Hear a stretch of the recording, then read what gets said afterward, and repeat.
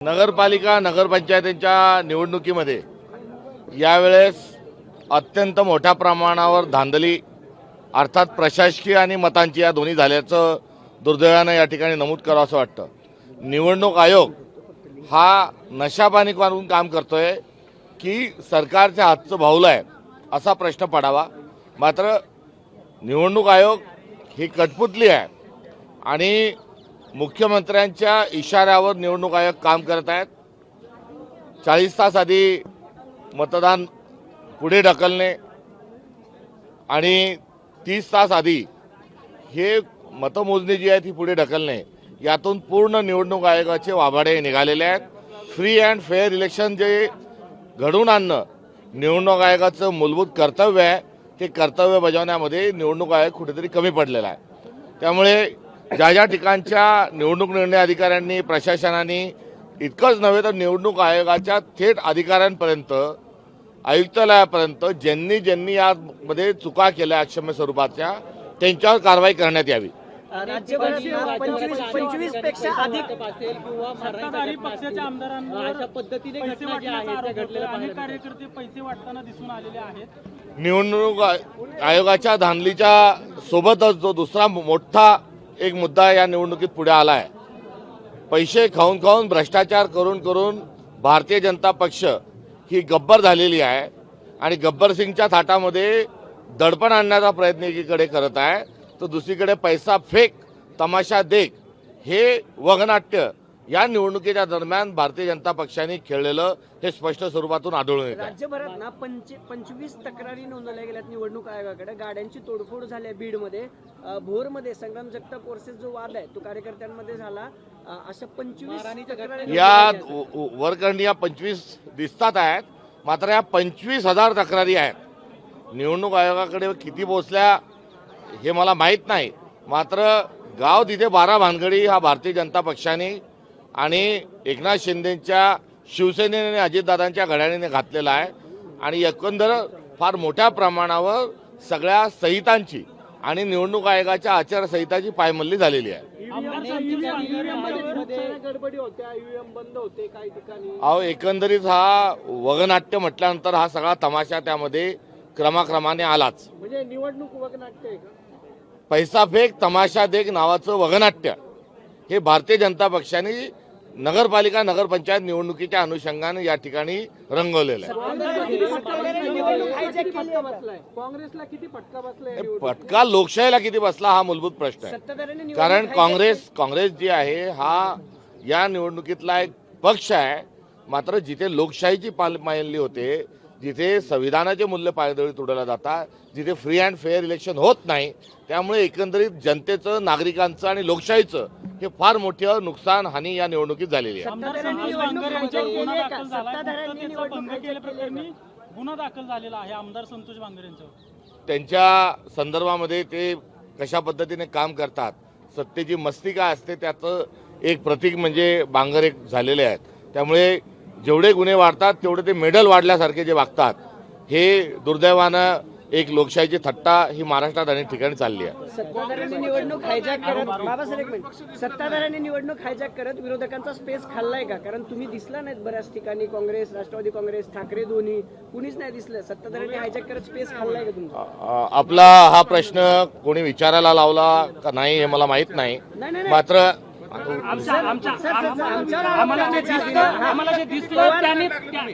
जे दिसलं त्या भावनेतून त्या भावनेने आम्हाला नाही आपण आर्ग्युमेंट करता आहात का प्रश्न विचारता आहात? प्रश्न आहे त्याचं पूर्ण उत्तर ऐकून घ्या। आपणही लोकशाही आहे, प्रतिप्रश्नाचं उत्तराचा प्रश्न नाही। मलाही आपण प्रश्न उपस्थित केल्यानंतर मला त्याचं पूर्ण उत्तर देण्याचा मलाही अधिकार आहे। मी आवाज वाढवणं किंवा आपण आवाज वाढवणं यातून काही कुठल्याही माध्यमांमध्ये आपण सभ्य चर्चा घडून आणू शकत नाही। आमची स्पेस खाण्याचा प्रश्नच नाही। 160 ठिकाणपेक्षा अधिक ठिकाणी काँग्रेस पंजा हा नगराध्यक्ष पदासाठी लढतोय। मी व्यक्तीच्या प्रदेशाध्यक्षा नात्यानं 65 सभा ह्या वेगवेगळ्या नगराध्यक्षाच्या आणि वेगळ्या नगरपालिकेमध्ये आमच्या झालेल्या आहे आणि इथपर आमचे सर्व जे नेते आहेत हे त्या ठिकाणी ते फिरलेले आहेत। स्पेस ही कशी असते, काय असते, किती द्यायची, कशी द्यायची, ती सोशल मीडियात मेजर करायची का अजून कुठे मेजर करायची, हा एक गोंधळ जो निर्माण झालेला आहे त्याच्यावरही यथोचित स्वरूपाची सांगोपांग चर्चाही झाली पाहिजे. प्रश्न असा होता प्रश्न असा होता तुम्ही जो प्रश्न आम्हाला विचारला ना, प्रश्न असा होता की कोकणात राणे बंधूंमध्ये भांडण, गजनी, जल्लाद, दरिंदे हे शब्द का गाजले याचा जरा मागोवा आपण जर घेतला तर आपल्या प्रश्नाचं उत्तर आपसूक आपल्याला मिळून जाईल. कोण आहे ते गजनी दलिंद? पुणे जिल्ह्यात किती नगराध्यक्षपदाचे उमेदवार होते काँग्रेसचे? एकंदरीत महाराष्ट्रामध्ये 165 ठिकाणी काँग्रेस जी आहे तिचा पंजा नगराध्यक्ष पदाकरिता होता. बालेकिल्ला होता पुणे जिल्हा हा काँग्रेसचा बालेकिल्ला महाराष्ट्र बालेकिल्ला होता आणि त्या अनुषंगानं आम्ही आमच्याजवळ आमची जी वैचारिक लढाई आहे ती आम्ही लढत आहोत. सत्ता आणि हे आमचं मूलभूत स्वरूपाची लढाई नसून आम्ही वैचारिक लढाई स्वरूपामध्ये लढत आहोत आणि आमच्या पक्षाची जी काही स्थिती असेल त्या स्थितीच्या अनुषंगानं आम्ही कार्यरत राहू. आम्ही कोणाचा पक्ष फोडणार नाही आणि आम्ही कुठल्याही गैरवापराचा मार्गाचा उपयोग न करता आम्ही सही वैचारिक लढाई लोकशाही पद्धतीने लढत आहोत. जिल्ह्यापुरतं जर बोलायचं झालं तर नेते जिल्ह्यातून काही दुसऱ्या पक्षात गेल्यानंतर तिथं काँग्रेसचं अस्तित्व संपलंय का? भोर असेल किंवा पुरंदर असेल, काँग्रेसचं अस्तित्व संपण्याच्या अनुषंगानं भारतीय जनता पक्षाने एक काँग्रेस मुक्त भारत अशा स्वरूपाची एक घोषणा दिली होती. मात्र मागे वळून जर पाहिलं तर भाजपने स्टेजवरच जर बघितलं तर आता भारतीय जनता पक्षच ही काँग्रेसयुक्त कुठेतरी झालेली आहे आणि काँग्रेस हा विचार आहे आणि हा विचार काही नेत्यांच्या जाण्याने हा संपणार नाही. भारताचा DNA आणि काँग्रेसचा DNA हा एक आहे आणि आता सत्ता, प्रलोभन आणि त्यासोबतच कुठे ईडीच्या अनुषंगानं किंवा अधिक स्वतःचं चांगलं करून घेण्याच्या अनुषंगानं काही नेते मागच्या काळात गेलेले आहेत, ही वस्तुस्थिती आहे. मात्र आगामी काळामध्ये राहुल गांधींच्या नेतृत्वात पुन्हा काँग्रेस जे आहे हे पुनर्वैभव प्राप्त करेल. नवे तर आम्ही आमची जी मूळ लढाई आहे ती लढत राहू. आज मतदान झालं, 21 तारखेला मतमोजणी आहे. या काळामध्ये सत्ताधारी पक्षांना काही गोंधळ करायचा का म्हणून हे लांबणीवर टाकलं? मुळात सत्ताधाऱ्यांचा गोंधळ आणि एकंदरीत सत्ता, पैसा हा सगळा विषय आपल्या ठिकाणी आहे. मुळात लोकशाही कोणत्या दिशेने चालली आहे हा सर्वात गंभीर प्रश्न आहे. आमचे निवडून आलेले सदस्य काय असतील ते येणाऱ्या काळात फोडल्या जातील, जे इतर पक्षाचे तेही फोडल्या जातील. या निवडणुकीमध्ये महायुतीतले मित्रपक्ष हे आपसामध्ये त्यांची गँग ऑफ ट्रिपल इंजिन सरकार कशी झाली तेही या निमित्तानं आपण पाहत आहोत. मात्र स्थानिक स्वराज्य संस्था ही 74व्या घटनादुरुस्ती विधेयकानंतर सत्ताचं विकेंद्रीकरणाच्या अनुषंगानं जी आपली घटनादुरुस्ती झाली त्या अनुषंगानं पुढे न जाता आपण पुन्हा एकदा केंद्रित स्वरूपाची एक दमदाटीच्या अनुषंगानं त्या दिशेने जे चाललोय हे अत्यंत घातक आहे. भाजपच्या भंडाऱ्यामध्ये ना प्रचारामध्ये छत्रपती शिवरायांच्या पुतळ्याला गमछा घातलाय. भाजपचा गमछा घालण्यात आलाय छत्रपती शिवरायांच्या पुतळ्याला. जे नॉन बायोलॉजिकल स्वतःला म्हणून घेणारे नरेंद्र मोदी हे त्यांचे नेते आहेत. शिवाजी महाराजांपेक्षाही स्वतः श्रेष्ठ अशा प्रकारचे काही प्रवक्ते त्यांचे यापूर्वीच बोललेले आहेत. तर कोणी देवाच्या आधी माझ्याकडे लोक येतात असं म्हटलेले आहेत.